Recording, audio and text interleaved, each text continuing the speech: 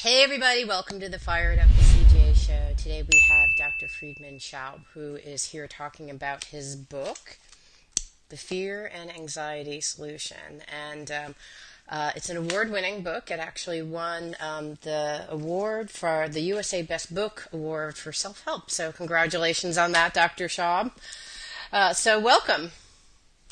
Thank you for having me. I'm very excited to be here. I'm really excited to get a demonstration. I read and actually have tried out some of the techniques that you talk about in the Fear and Anxiety Solution, and we're lucky enough to have a couple of listeners join us today and kind of demonstrate live the program that you have spelled out in your book. So before we begin, I wanted to talk a little bit. Our first caller is calling about panic attacks, anxiety attacks, and I wanted to talk a little bit about what are they, what are the symptoms, and why do they happen? Well, I mean, we all know anxiety, right? I mean, I think this is something that is so natural and so normal in our lives, but when it really gets to a point that it's debilitating, it's paralyzing us, then it certainly becomes a problem. And when it comes to anxiety, we know our heart is pounding, we feel that the breath is going faster, sometimes we have a foggy mind, we spring into action, or at times just don't really know what to do. And panic attacks are basically an extreme form of anxiety. Mm-hmm. Now, what I noticed in my practice is that panic attacks often happen to people that have been suppressing their anxiety for a long time. You know, didn't want to think about it, too busy, or just really didn't want to deal with the emotion itself. And almost like a pressure cooker ready to explode, the panic attacks a person or seemingly attacks a person. So like the body needs to express something and it just kind of has to come out someplace. So it may come out in the sweating palm or the trembling or the hard to breathe. Those are, I think, other symptoms of that. Yeah, absolutely. It's basically any kind of stress reaction because we are releasing a lot of stress hormones when we are anxious, adrenaline,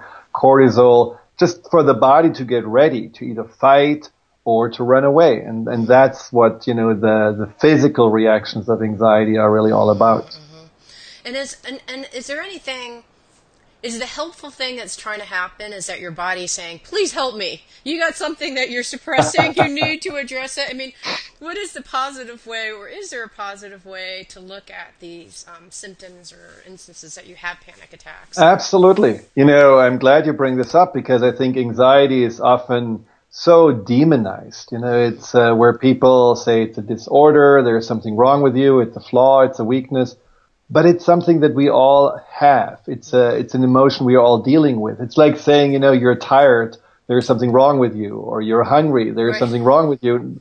We know what to do with those symptoms, but when it comes to anxiety, we don't necessarily know what to do, and we try often to suppress it or maybe to distract ourselves from it. Then actually understand the message. Just like you said, the anxiety tells you something. It tells you either that you haven't dealt with something from the past, or it tells you that you're giving too much attention. You know, I call it giving your power away to external circumstances. Because most people that are having anxiety want to control their circumstances. They want to control their lives. They want to control, you know, how other people are thinking of them, or they want to control their own health. And that's something that can be a vicious cycle because the more you can control or you want to control, the more you realize you can't. Yes. Because we cannot control all aspects in our lives. Yeah, I know. Darn. Wish I could. All right, and this is actually a perfect segue because the fear of death is something that all of us have a fear of. I think everyone, if they truly admit, probably has some fear of death. And it's something that we don't have control over, right? I have control about my overall health and how well I'm, you know, those kind of things. But really, when we die, it's not really up to us. And we actually have a caller, Heather, from Seattle, who suffers from panic attacks. And they started off when she had a diagnosis, and then her brother has recently died, and so death has been in her life. And she's going to be talking to us a little bit about the panic attacks, and specifically her fear of dying, which she thinks may be kind of the root cause of why she's having panic attacks. So welcome, Heather. Hi. So thank you for Hi, joining us. Oh, thank you for having me. So tell us a little bit about what's happening for you. And Dr. Schaub, I was wondering if you could actually tell us a little bit about, maybe the techniques in your book that map to what we're going to be talking to Heather about. Well, in the book, it's basically a pathway. It's a whole series of processes that lead you step to step from understanding anxiety more and realizing I create my own anxiety so I can find a way to uncreate it, Mm-hmm. and then learning how to do it. And it's in the book, we are starting more on the conscious level and go deeper and deeper into the subconscious. Mm-hmm. And then we come back out again on the conscious level. So it's not one technique that's gonna do the light switch, miracle. It's actually something that we need to understand. Anxiety is here for us to grow. And Mm-hmm. ultimately that means we are not here to resolve it or battle the anxiety. We are here to outgrow it. And Mm. most people that I have been working with anxiety tell me, it was ultimately the biggest teacher because they learned something about themselves by addressing the anxiety at the Mm. root cause Mm-hmm. that they otherwise would have never found. Mm. And so it's an opportunity. Okay, well, I'll let you ask some questions of Heather because I'm leading it. Now you are leading the show. Tell us what kind of questions you'd like to ask Heather. So Heather, we talked before the show a little bit, and you mentioned that certain events starting when you were in your 30s made you feel more worried about death and illness, mainly about yourself or about the people that you care about?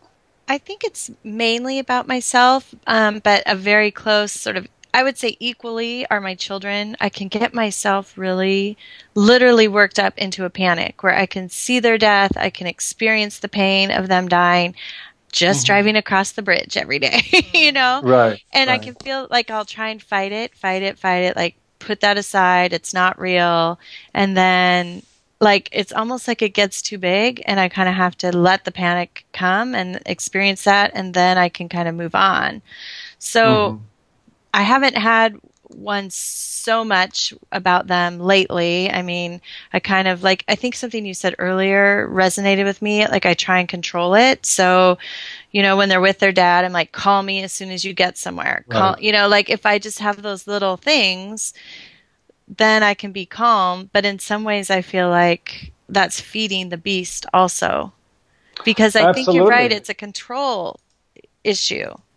Well, the greatest fear is basically being out of control right now, right? Out of Yeah. control and death. And, when it comes to those accidents that you're envisioning, it feels very much out of control. And so Hmm. there is a fundamental fear of what if that probably Exactly. goes in your mind all the time. I think the what if is the overriding fear. So, what if I get sick and I have Right. to battle a long term illness? What if I end up in the hospital? What if my children lose me?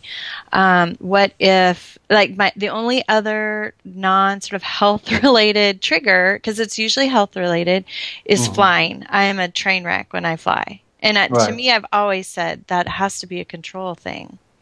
Absolutely. And you mentioned that it started when you were, 30 something. But the truth is that these control patterns, they're survival patterns. When we Hmm. are dealing with anxiety, we learn this behavior very early in our lives. And usually there are three distinguished patterns that we are gravitating to. The one is that you just mentioned, trying to be in control.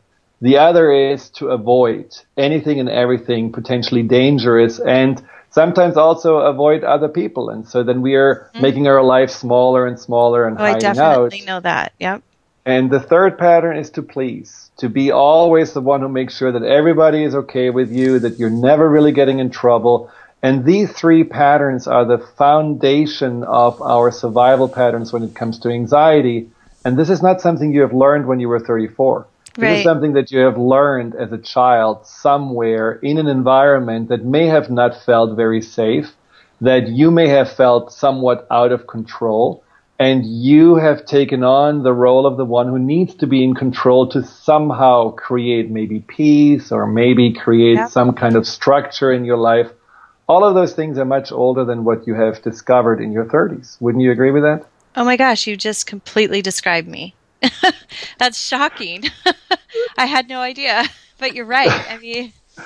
Well, and that's, where you can discover that, well, what I'm dealing with is actually something that comes from a foundational problem. My beliefs about life, my beliefs about being safe, they are still somehow stuck in my childhood. And what I'm reliving right now is that feeling of not being in control. And so in order for you to heal that, you cannot only focus on these last few years. You have to actually go back into the subconscious memories of those significant events of your childhood, and you need to actually start working with that inner protector, that part of you that learned early on in life, I need to be in control. You nailed it. I'm so surprised that it goes back so far, and that but pleased to hear that there's something to identify. And, Absolutely. Feel like I could, if I know what it is, I can work through it. Before, it just feels like it comes out of nowhere. So I have to white knuckle. I have to get ready for it, which probably feeds into the control mode beast. And why don't we just jump into a little exercise that's going to help you? Because I want you to understand that whatever happens inside of you doesn't have a bad intention. Some people picture their anxiety as, like you said, a beast or a monster or something really terrible. But ultimately, it's really a protector. It's a part of your subconscious mind that's designed to keep you safe. Because your subconscious has only two intentions. One is to keep you safe and make you survive. The other is actually to please you and make you happy. Right now, as you're in survival mode, all that you're experiencing is, okay, how can I make sure that I and the people I care about survive? But you can shift also more into that thriving mode again. But in that case, you have to help that inner protector to really feel safer. And that's what your job is in order to heal yourself. So if you close your eyes for a moment and just take 3 breaths in and out. And while you're breathing, I would like you to think about a time in your early life, somewhere around your childhood, where you did actually feel already that the circumstances you were in were not in your control. And you were feeling in that moment already anxious and concerned. Do you remember a time like that? And I would like you... Go ahead. I was just going to say it goes back all the way to my earliest memories. Good. How old are you in that memory? Maybe 4 or 5. Good. I want you to take a moment and imagine yourself in your bedroom at that time. Maybe there was an event that really was scary. Maybe there was something really confusing. And I would like you to imagine that you're there in your bedroom and that you're looking actually through the eyes of who you were at that time. Okay. And just feel the feelings that you had at that time. Are those feelings familiar to you? Yeah, I feel scared. I just want to be quiet. Don't, the pleaser, that's where the pleaser and kind of the not being noticed, just don't upset anyone, and just hide from it. So there is also the avoider, being invisible, that comes in there, right? Yeah. But that just is let it because smooth over. Just let it smooth over is how I feel. It'll be okay in 10 or 15 minutes. But it doesn't feel safe in that moment, does it? No. And it doesn't feel really in your control. No. What's going to happen next? Yeah. What I want you to feel in this moment is that you can actually get out of this mindset and that you can look from the outside at that child. And when you're looking from the outside at the child, sitting there at the side of her bed, you see her little worried face, you see her body maybe all tense, maybe she's holding her breath. What do you feel about her? I feel sorry for her, sad, compassionate. And if you could help her, would you want to help her? Oh, definitely. Now, you have children yourself, right? Mm-hmm. So if one of your own children would feel like this, what would you do? I'd hug them. Good. I'd tell So them it's going to be okay. I would like you just to imagine doing that. I would like you just to sit next to her, introduce yourself to her, tell her that you came all the way from the future to be with her in this moment. Okay. And that she will be okay, that you're going to take care of her. And then give her just a gentle hug. At the beginning, often these parts of our mind are a little suspicious. They are not necessarily ready right away to accept the hug, but just do it and notice what that feels like if you imagine having her little body hugged, pressed against your body. What does that feel like? It feels nice. Good. Now imagine what she feels like as she gets hugged. I think she feels like somebody's on her side. Mm-hmm. And does that feel safer to her? Yes, definitely. Good. Like not having to handle it all by yourself.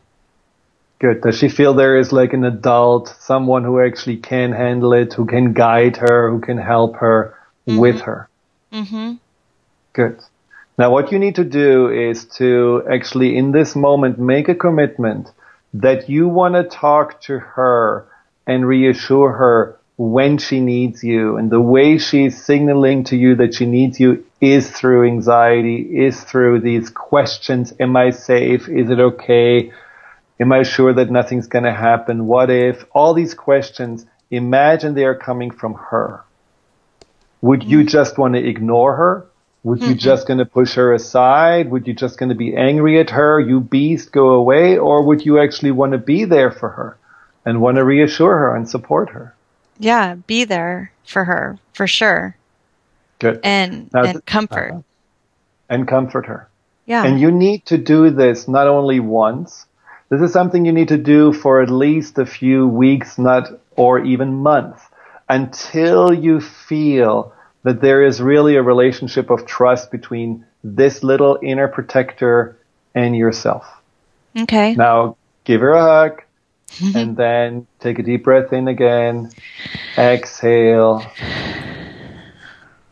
and open your eyes. Now, this is really, really a very, very tiny taster of what is possible for you to connect to. But what you have noticed already is by really just visualizing the root cause, where it came from early in your life, you realize whatever feels anxious inside of me is actually on the level of a child, just like I felt when I was 4 years old. And that part of me needs me, the adult, to really reassure, guide her, and support her.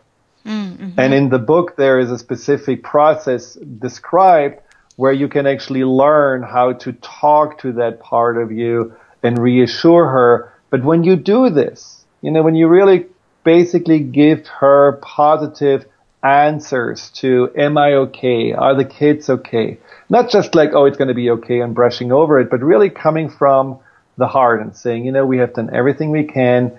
We have to, basically now enjoy what we have, because life is about us here to enjoy and not waste away by worrying too much about it. It's something that you would say to your kids if they would be worried. Yeah. You are a parent.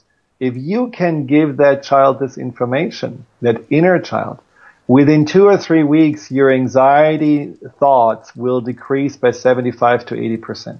Wow. Because you are actually finally answering.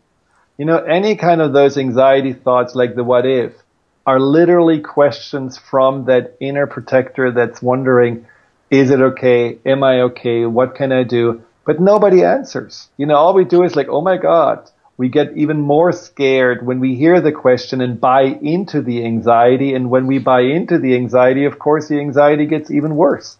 Just like this would happen with your child, that, if one of your children would ask, oh, there's thunder outside. Are we okay? And you'd say, oh my God, there's thunder outside. I don't know if we're going to be okay. I mean, of course, your child would freak out. Because if you are not really there, calm and collected, how can that child be calm and collected? Right. So that's one of the processes that are described in the book. And there are many more, but it's going to really help you already to know, oh, I can actually do something. I know now I have a face to my anxiety, and I can start working with that part of me and give that part the information that she needs to hear from me. So we have Dr. Friedemann Schaub, who is talking about his book, The Fear and Anxiety Solution. And this process that we actually just stepped us through really shows us a bunch of different things that, when we started off with, it's a protector, that anxiety is there to actually protect you. It's a little girl in you, and that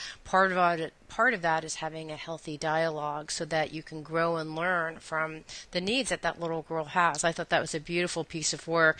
And it's also something in the Fear and Anxiety Solution, Dr. Schaub's book. Thank you so much, Heather.